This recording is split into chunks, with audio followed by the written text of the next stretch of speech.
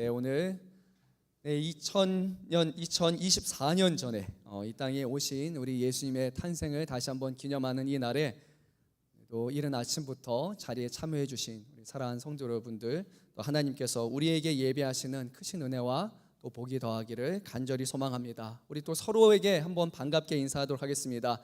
영어로 한번 하겠습니다. 우리 메리 크리스마스, 메리 크리스마스. 네, 옆분에게 한번 인사하겠습니다. 메리 크리스마스. 네.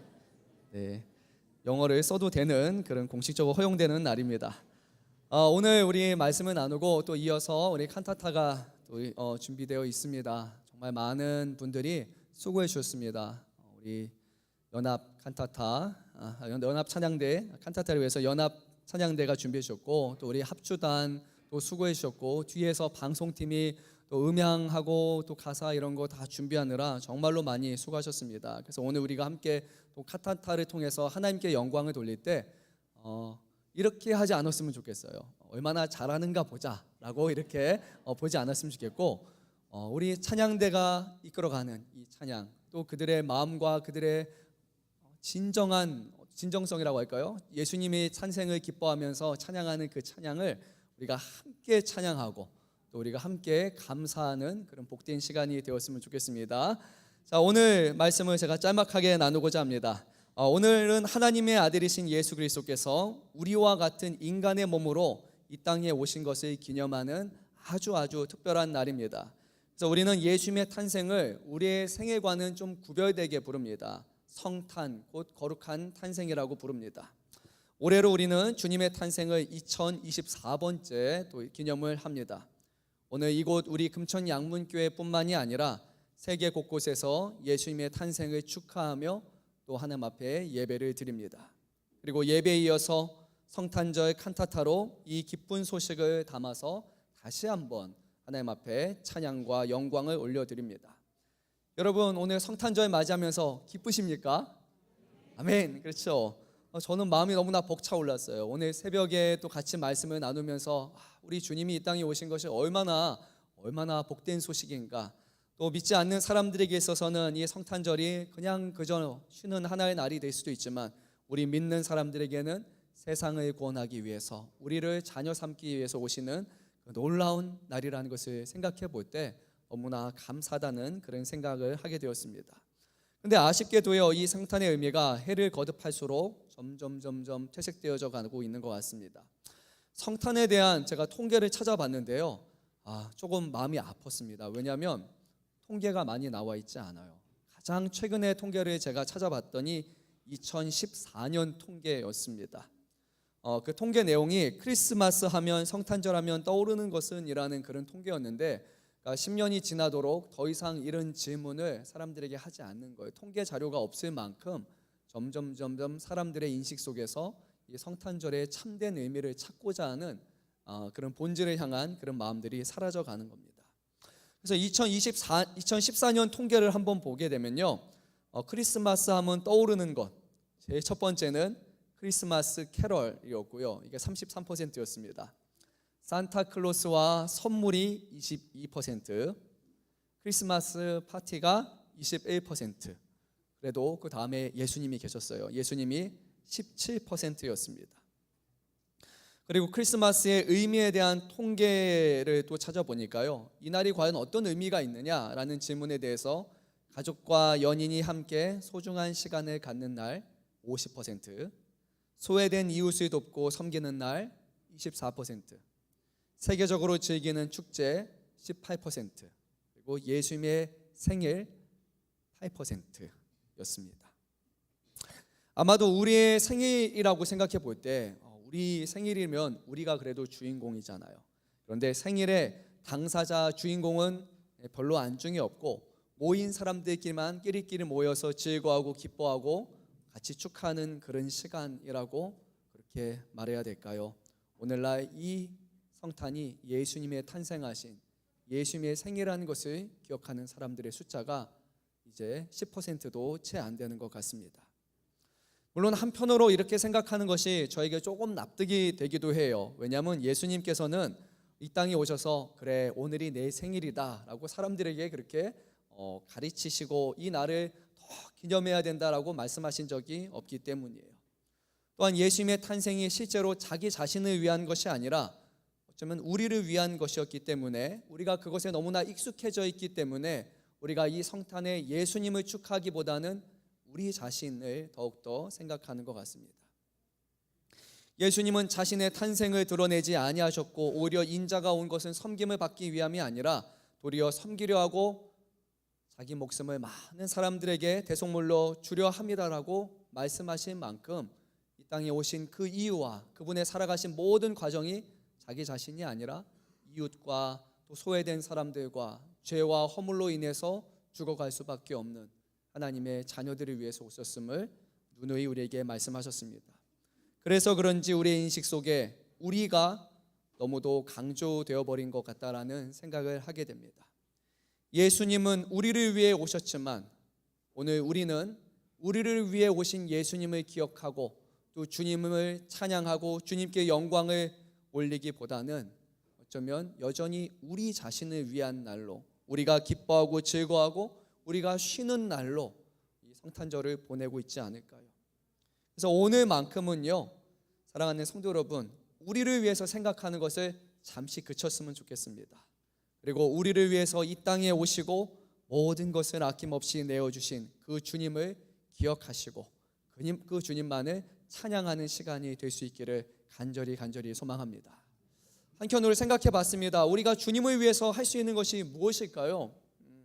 예수님이 만약에 이 자리에 아기 예수로 계신다면 우리가 아주 멋진 생일 잔치를 할 수도 있을 거예요. 생일상을 준비해서 주님 감사합니다 라고 그렇게 할 수 있을 거예요. 동방박사와 같이 황금과 유향과 몰약이라도 주님이 이 자리에 계신다면 기꺼이 드리겠죠. 그런데 이것은 이루어질 수 없는 현실입니다. 주님은 이미 하늘에 계시기 때문이에요.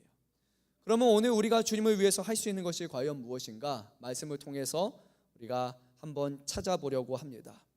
우리가 제일 먼저 할 수 있는 것은 바로 예수님이 우리를 위해서 이 땅에 오신 그 목적에 대해서 한번 깊이 생각해 보는 것이에요.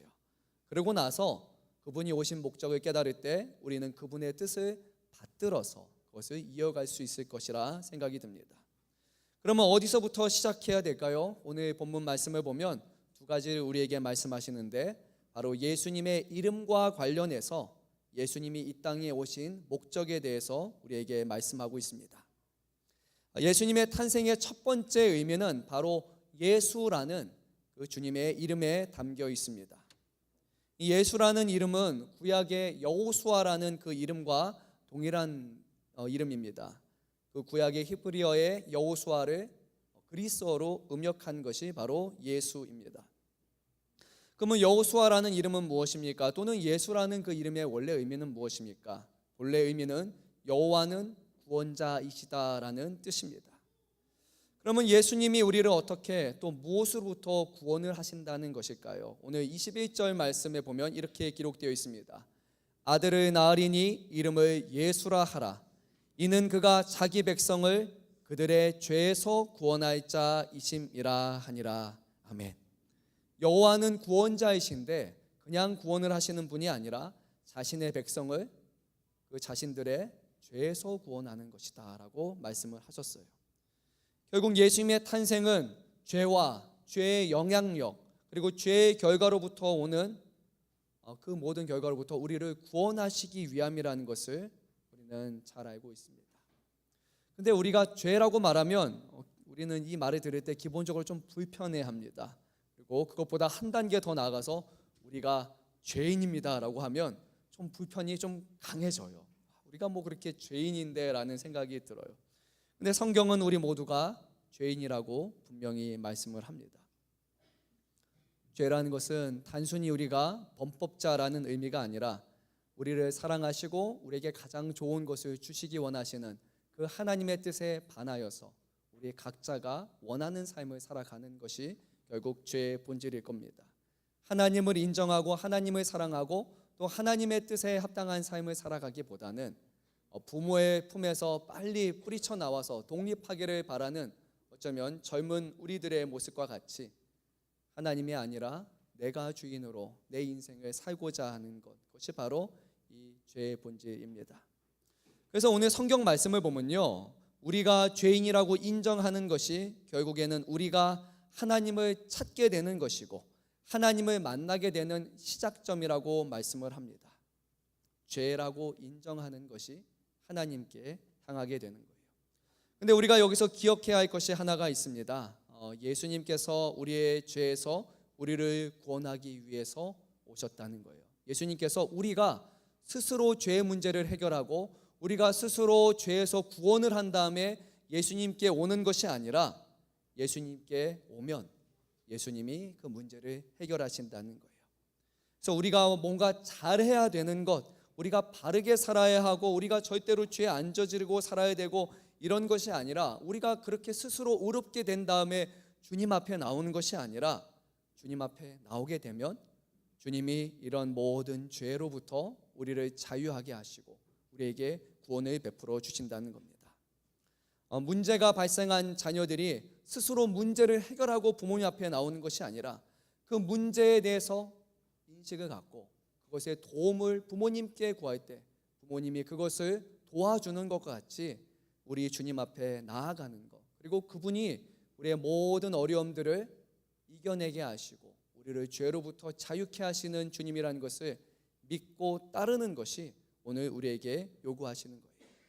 주님 앞에 나오게 되면 주님은 우리의 모든 죄를 사하실 뿐만이 아니라 우리로 하여금 하나님이 우리에게 예배하신 진정으로 자유케 되고 진정으로 복된 삶을 살게 하십니다. 그래서 다시 한번 우리에게 필요한 것은 우리가 이 죄의 문제를 스스로 해결할 수 없다는 것을 인정하는 것, 그리고 이것을 도우시기 위해서 이 땅에 오신 분이 바로 우리 앞에 계신 예수 그리스도라는 것을 인정하는 것입니다. 주님 앞에 나오게 될 때 주님이 우리를 가르치시고 우리를 인도하시고 우리로 하여금 주님을 닮아가게 하실 것입니다. 근데 오늘 예수라는 그 이름에 담겨 있는 것, 그 의미에 한 가지 유념해야 될 것이 있습니다. 우리 주님은 우리를 죄에서 구원하게 하십니다. 그런데 아무나 다 구원하시는 것은 아니에요. 오늘 말씀을 보니까 자기 백성을 구원하신다고 분명히 말씀하십니다. 주님은 스스로 의롭다고 말하는 사람들, 나는 죄가 없습니다, 나는 죄에서 도움이 필요하지 않습니다, 나는 예수님 없어도 잘 살아갈 수 있어요 라고 말하는 사람들, 그런 사람들을 죄에서 구원하시는 분이 아니에요. 예수님을 찾는 사람들, 예수님을 의지하는 사람들, 예수님의 도움이 필요하다고 말하는 사람들, 내가 아무리 부정하려고 하지만 내 안에 죄의 문제가 여전히 나를 괴롭히고 있다, 나의 인생이 지금 어딘가에는 문제가 있다고 생각해서 도움을 찾고자 주님 앞에 나온 그 사람들을 자기의 백성으로 여겨주시고 그리고 이 모든 사람들의 구원하시고 뿐만 아니라 죄로 말미암는 모든 부정적인 영향과 죄의 결과인 사망으로부터 우리를 구원하신다 말씀하십니다. 사랑하는 성도 여러분, 오늘 이 자리에 나오신 여러분들의 삶 가운데 바로 이 예수님이 우리의 왕이 되시고 우리의 주인이 되시고 우리의 구세주가 되시고 우리를 모든 죄와 사망과 세상의 어려움으로부터 다시 한번 구원케 하시는 그 주님이심을 믿으시고 주님이 우리 안에서 주시는 참 자유와 기쁨을 우리 모두가 함께 나눌 수 있기를 간절히 소망합니다. 예수님의 탄생의 두 번째 의미가 있습니다.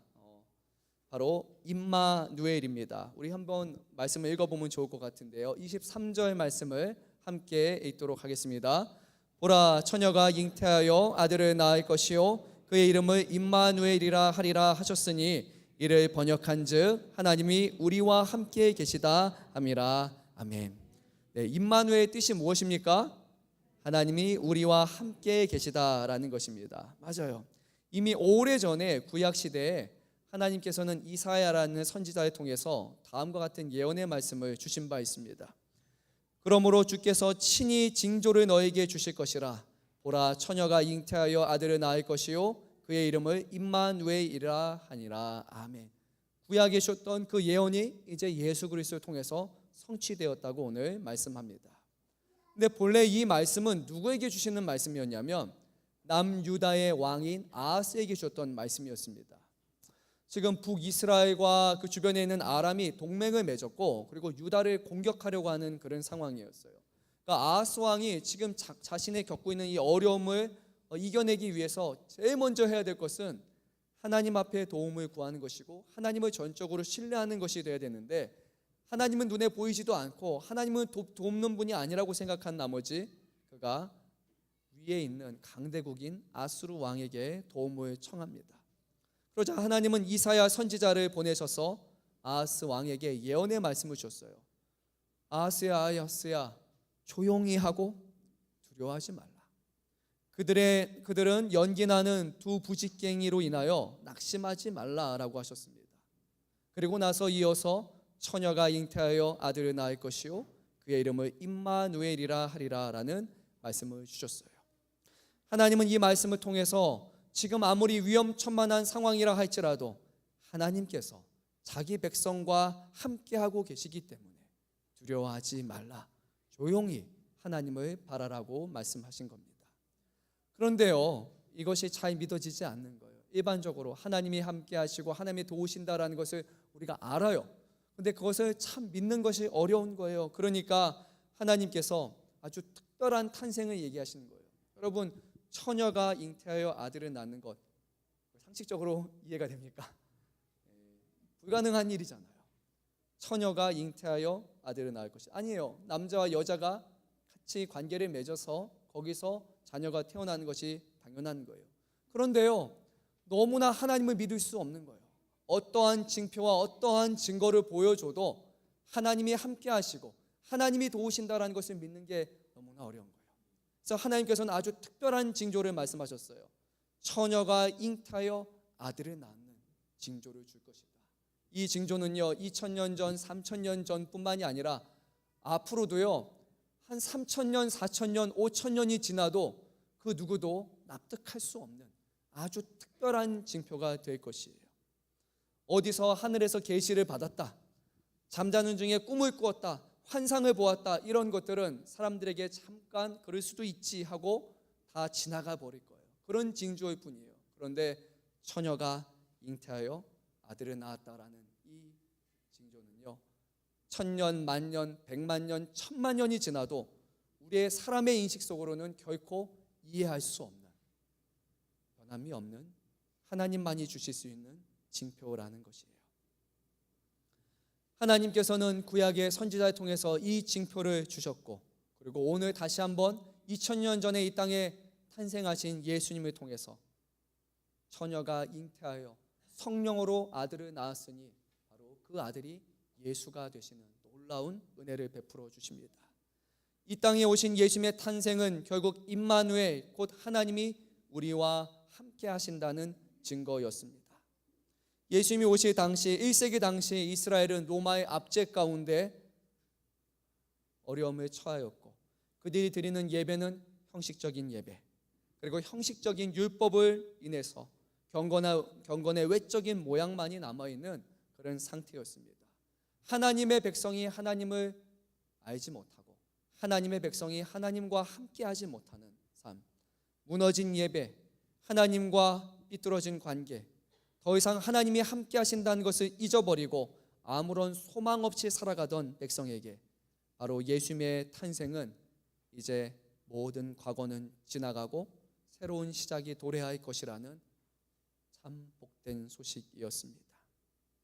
사랑하는 성도 여러분, 오늘 어쩌면 제가 여러분 앞에서 묵상하면서 준비한 말씀이 조금 어렵거나 조금 잘 이해가 가지 않을 수도 있습니다. 그럼에도 불구하고 오늘 말씀을 마치면서 여러분들이 꼭 한 가지만은 기억하셨으면 좋겠습니다. 예수님은 자기 백성을 그들의 죄에서 구원하시는 하나님이십니다. 예수님은 임마누엘, 곧 하나님이 우리와 함께 계신다는 증거입니다. 오늘 우리는 2000년 전에 우리와 함께 하신다고 약속하신 주님을 기억하는 것이고, 그리고 2000년으로 끝나는 것이 아니라 우리 주님은 마지막 승천하실 때 우리에게 이렇게 말씀하셨습니다. 그러므로 너희는 가서 모든 민족으로 제자로 삼아 아버지와 아들과 성령의 이름으로 세례를 베풀고 내가 너희에게 분부한 모든 것을 가르쳐 지키게 하라. 보라, 볼지어다 내가 세상 끝날까지 너희와 항상 함께 있으리라 하시니라. 아멘. 임마누엘로 오신 예수님께서 다시 승천하시는 마지막 순간에도 다시 한번 임마누엘의 하나님이시라고 우리에게 말씀하시며 영원토록 우리와 함께 하신다고 약속하셨습니다. 오늘 그 하나님이, 그 예수님이 이 자리에 우리와 함께 하심을 믿으시고 다시 한번 오늘 하나님의 아들이신 예수님의 그 거룩한 탄생을 기념하고 또 감사하는 이날에 그분이 오늘 우리와 영원토록 함께 하신다는 그 사실을 꼭 붙드시고, 그리고 주님이 주시는 힘과 능력과 담력을 얻어서 이 세상에 우리에게 주어진 모든 사명을 기쁨으로 감당하고 주님 앞에 부끄러운 사람이 아니라 충성되고 칭찬받을 만한 귀한 주님의 자녀들로 다시 한번 우리의 주신 사명 잘 감당할 수 있기를 간절히 소망합니다. 기도드립니다. 사랑이 많으신